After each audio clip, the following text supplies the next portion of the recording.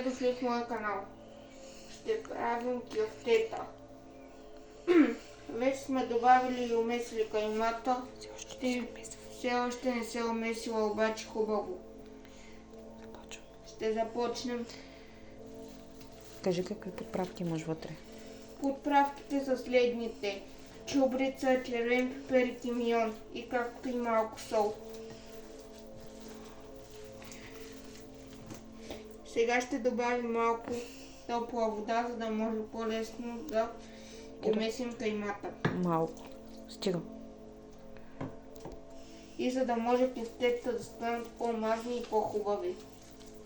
По-сочни. И значително по-сочни. Хубаво мисли.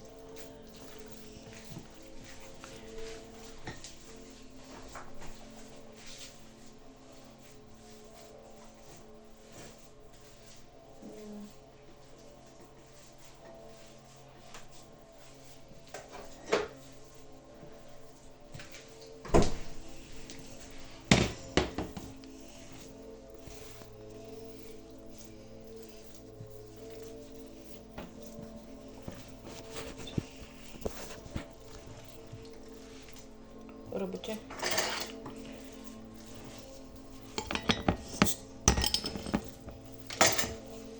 Сега ще добавиш малко бира, за да станат наистина сочни. Сега ще добавим малко бира, за да станат по-сочни. Да, крий марката на бирата.